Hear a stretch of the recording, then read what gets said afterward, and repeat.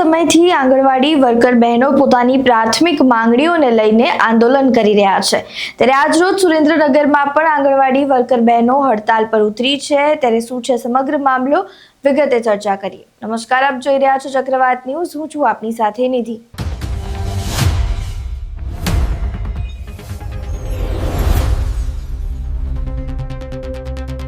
સુરેન્દ્રનગરમાં આજરોજ આંગણવાડી બહેનો દ્વારા જિલ્લા પંચાયત ખાતે છાજિયા લઈ સૂત્રોચ્ચાર સાથે વિરોધ કરવામાં આવ્યો છે।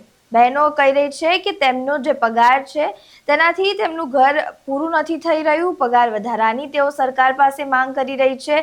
તેઓની આ માંગ જૂની છે, જેને પૂરી કરવામાં આવે અને નવા મોબાઈલ ફોન પણ આપવામાં આવે તેવી માંગ કરી રહ્યા છે। અને જ્યાં સુધી તેમની આ માંગ સ્વીકારવામાં નહીં આવે ત્યાં સુધી હડતાળ ચાલુ રાખવાની પણ તેઓએ ચીમકી ઉચ્ચારી છે। ત્યારે વધુમાં તે લોકો શું કહી રહ્યા છે, તેમને જે આંદોલન કરી રહ્યા છે, હડતાલ કરી રહ્યા છે, તેના વિશે તેઓ શું કહી રહ્યા છે તે સાંભળો।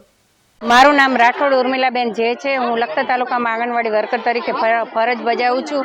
સરકારશ્રીને મારું કહેવું છે કે અત્યાર સુધી અમે શાંતિથી આંદોલન પણ કર્યા, આવેદનપત્રો પણ આપ્યા, અમે શાંતિથી ગાંધી ચિંધ્યા માર્ગે પણ આંદોલન કર્યા છે, પણ આજ દિવસ સુધી સરકાર અમારી સામું જોતી નથી।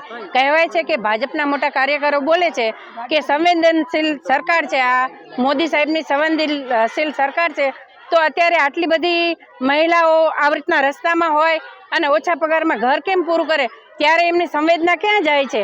અને જો કોર્ટ સર્વોપરી હોય અને સરકાર સર્વોપરી ન હોય તો કેમ સરકાર કોર્ટનો ચુકાદો માનતી નથી? તો આ દેશમાં કાયદો અને વ્યવસ્થા જેવું કાંઈ છે કે નહીં?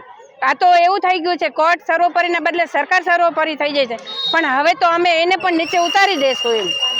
એટલે એ અમારી બધાને, જો હવે અમારું કંઈ સાંભળવામાં નહીં આવે તો અમે બધા ચૂંટણીનો બહિષ્કાર કરશું અને એક પણ બેન એના પરિવારને પણ કહેશે અને સગાવાલાને કહેશે અને કોઈ મત આપવા જઈશું નહીં અને સખત ચૂંટણીનો બહિષ્કાર કરીશું। જય હિન્દ।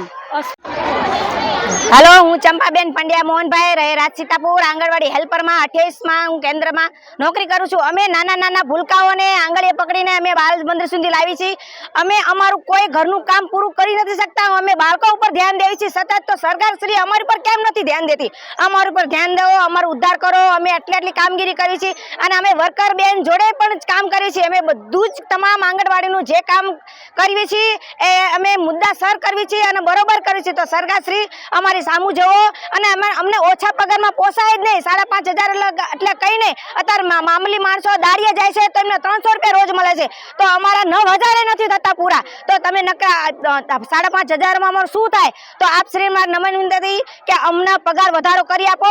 અને બીજું કે આમાં ઘણી બહેનો 25 વર્ષથી નોકરી કરે છે, છતાં એક ગ્રેજ્યુએટ હોવા છતાં તમે એનો ઉંમરનો બાદ બતાવો છો, તો અમને તમે બઢતી ક્યારે આપો?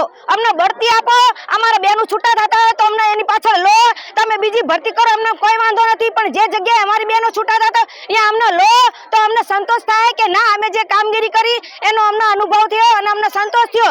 જો તમે અમારા અનુભવનું કાંઈ ન કરતા હોય તો અમારે નોકરી શા માટે કરવાની? એટલા માટે અમે હડતાલ ઉપર ઉતરે છે ને અમે એક નહીં, અમારી બધી બહેનો હડતાલ ઉપર ઉતરી છે। જ્યાં સુધી તમે અમારું કંઈ નક્કી નહીં કરો ત્યાં સુધી અમે હડતાલ ઉપર રહીશું। બોલો જય હિન્દ।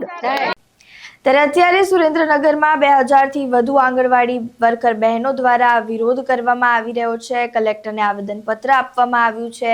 ત્યારે હવે અહીંયા જોવું રહ્યું કે સરકાર દ્વારા બહેનોની માંગ ક્યારે સ્વીકારવામાં આવે છે। તમારું આ સમગ્ર મામલે શું માનવું છે તે અમને કમેન્ટ બોક્સમાં જરૂરથી જણાવજો। વિડીયો પસંદ આવ્યો હોય તો લાઇક, શેર, કમેન્ટ કરો અને અમારી ચેનલને સબસ્ક્રાઇબ કરવાનું ભૂલતા નહીં। નમસ્કાર।